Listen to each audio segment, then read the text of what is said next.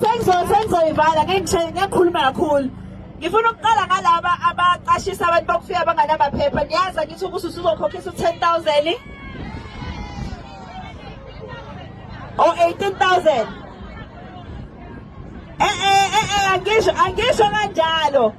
Ngithi mina amaphoyisa uma uqashisa umuntu okufika amaphoyisa kufanele akubophe akhokhise u10,000 yangizwa. Makhona enimaziyo oqashisa abantu bokufika endaweni yakhe nihambe nomcaba emaphoyiseni niyezwa. Amaphoyisa futhi mayengenzi lutho niwa-record amaphoyisa ninikwa yimini imvume niyezwa. Iphoyisa linayo imvume yokulinqabela ukuthi ulirekhode. Kukhona umthetho osenkantolo othi amaphoyisa mesemsebenzini uyalirekhoda niyezwa. Malenza into ongayiboni kahle recorda usende kuthina yezwa. Sizolifaka lapha ku-Facebook bese liyatrend. Nyangizwa. Anike sakhuluma kakhulu. Thatha ifoni record yezwa. Menthatha intshontsho iphoyisa thatha ifoni. Uthatha ifoni enzeni? Ningakhulumi kakhulu, okay? Nonke nozoso nomunye uzoso. Ngoba sabacela sathi ngomhla ka-30 abahamba ngithi baqhubeka bona bagoloze. Umkhankaso omusha sabesithi abahambe sesithi manje usaleleni. Angithi sehamba wasala usaleleni. Usaleleni ezweni. Sesishilo uthi hamba ngithi awunawo amaphepha. Sithi thina usaleleni. Umsebenzi wenu-ke njengomphakathi lo uthi nihambe nibabize nithi Mjida mebeniza ngunombazo mbanizwa yini manikhuluma isiZulu. Usaleleni. Right. Nayo-ke into engizoyisho manje sengizoqeda. Sinenkinga enkulu la esiya khona abantu abadlala ngomthetho wasezweni. One, ngabe ngishabe kuthiwa ikhansela lendawo.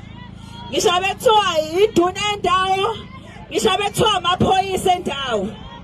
So, ngifuna ukutshela ukuthi ngizocela uBaba Zuma la. uBaba Zuma uzontshela izinto ezimbalwa ngomthetho wase-South Africa enifanele niwenze. Okokuqala nje ngibonile ukuthi kunenkolelo yokuthi mawumasha kuney'ndawo ongafanele uye kuzona kanjani. Ayikho yonke leyo nto. Yezwa. Kukhona ney'nkolelo yokuthi amaphoyisa adinga iwaranti ukuze angene endaweni makhona ubugebengu obenzakalayo ngaleso sikhathi. Ayikho yonke leyo nto. Niyangizwa? Ngisho ningavuka ekuseni makhona umuntu oyenza ubugebengu niyolanda amaphoyisa. Amaphoyisa awanayo imvume yokunqaba. Niyangizwa? Angithi sesinayo isolution.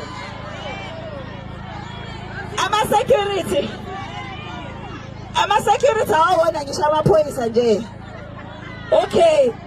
Ngizocela uBaba Zuma ezoshaya athi waqoqa kancane ukuthi umthetho uthini imani. Ngifuna anichazele ngomthetho ukuthi uthini ngamaphoyisa, ukubopha nokumasha. Okay? Bese siyayivala ngoba ngiyenzela ukuthi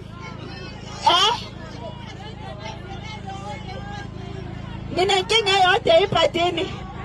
Nevene eyodwa. Bathi banevene eyodwa ebhadini. Molweni bo. Ninja. Ngiyaphila na. Ukukhalipile igama. Ngisuka le eLusiana. Ngingomnye wabo ekumele uba bakazofika ebantwini abakanje. Into ebanga uma nizofika ebantwini abakanje. Ngifuna uvele uyive ukuze nawe uyazi into yokuba enye imini uzofa. Into eyenzekayo eLusiana ndihambe imashi ngomhla ka-30. Manje ndihamba le mashi ngomhla ka-30 bendingekho nca futhi kuyo. Kodwa kuthe mandidlule ngoba nangifune ngibekhona. Mandifika kule mashi ndathatha impempe kayi-1 ndacula kabini ngimkando ndaya kwabanye abantu ndawuhlala nabo. Mandisuka kulabo ndayolala. Mandlala ndiyavuka ebusuku kuya ikomiti kumi endlini liyondilanda lilandela umama ndibethe uba ndibethelwa impempe uba ndiyitshayela ntoni ndibethelwa le ndaba le mpempe ndibethwa ngamakomiti ebephethe eLuziana la makomiti njengoba ndibetha ephethe eLuziana anqanye abekwa umphakathi wathi umphakathi kuwo ayadeda ekuphatheni mayededa la makomiti ekuphatheni umphakathi uyawaphakamisa into yokuba mawuphinde ubeke kwamna kuze ndiwajonze ngenkani noba indibulala ngoba Ethiopia lawo lindibethile nalo ngoba lihlala nomnye wawo amakomiti sithethe into yokubana kehlala nam nani ize ndife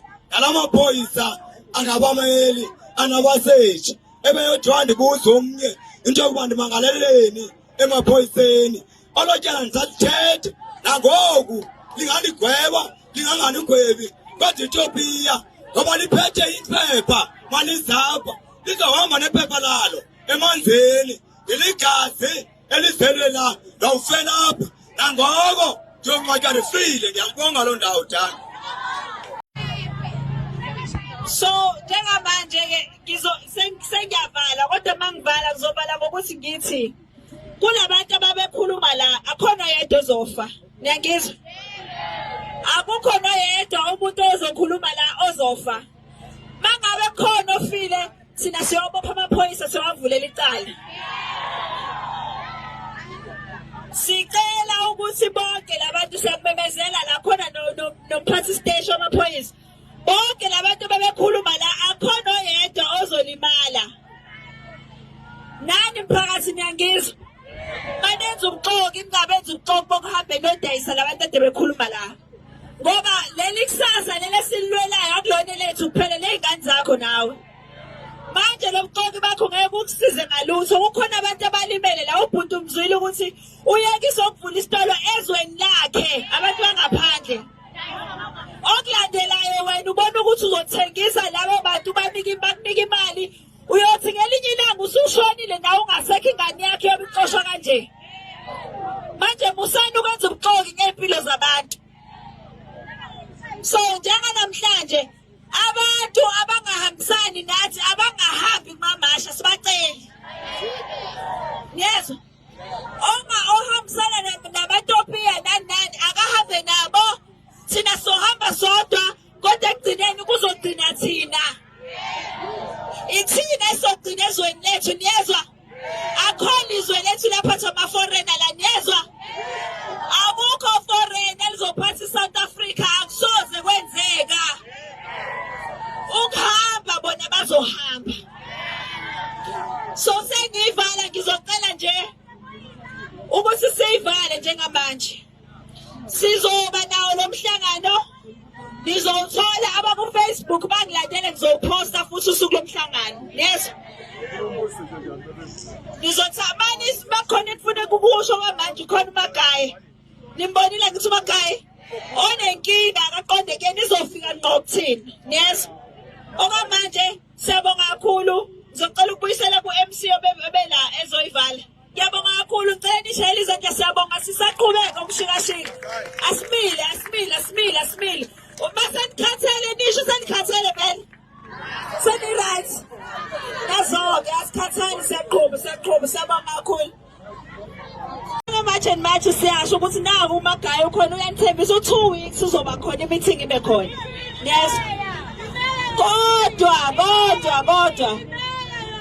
oyimeya nifuna imeya nayo imeya woza bameya hayi woza bameya ngenayo sifuna thembise naye imali sibuze umama ethi umeya okay imali lakhuluma umeya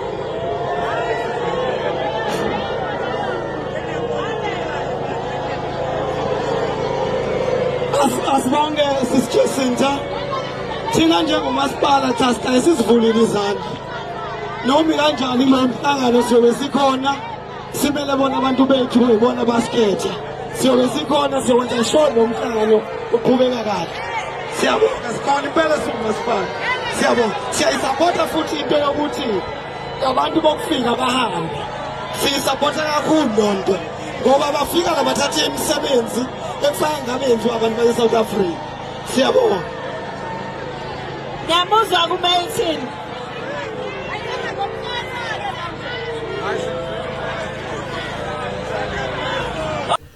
I just want to say that I'm very, very proud of the work that Ms. Ngobese has put in for us as South Africans. I'm not gonna give much of my commentary on this, but I just want to say that she has done a lot of work. She is our heroine in South Africa. And I also want to comment on the fact that the penalty is just and it's fair to those, if you find someone who's hiring a foreign national that is undocumented in South Africa, then you should just tell on the police. And if the police are slacking, to just take a video of that and just put it on Facebook. We have channels, there's many channels, and we're gonna make that trend because we are tired. We are working forward into fixing the country, and some unfaithful South Africans will make us actually take maybe a few steps back, and whilst we are actually pleading and begging them, let's work together as South Africans. Obviously, all people, we will not see eye to eye, because at the end of the day, I know some people who have rented, who are foreign nationals, and the landlord is a South African. That person is not okay or cool with the fact that this person or this type, the foreign nationals have to leave or evacuate that place. So they will try by all means to actually make that possible. Or some business owners, they let their businesses to be rent out by foreign nationals because they feel, these people are working hard and they are working faithfully. So they don't want to hire a fellow South African to actually run a shop. That's how it is actually, because I know one company that only hires, I was working there too, but for just a few months. I was only hiring Mozambicans straight from Mozambique. Those guys couldn't even speak proper languages from South Africa, and that's when I noticed that and people, they were underpaid, mistreated and everything in that company. That's when I decided, okay, this I should leave. So it's something that's happening in South Africa. Believe me, it's something that is happening in South Africa.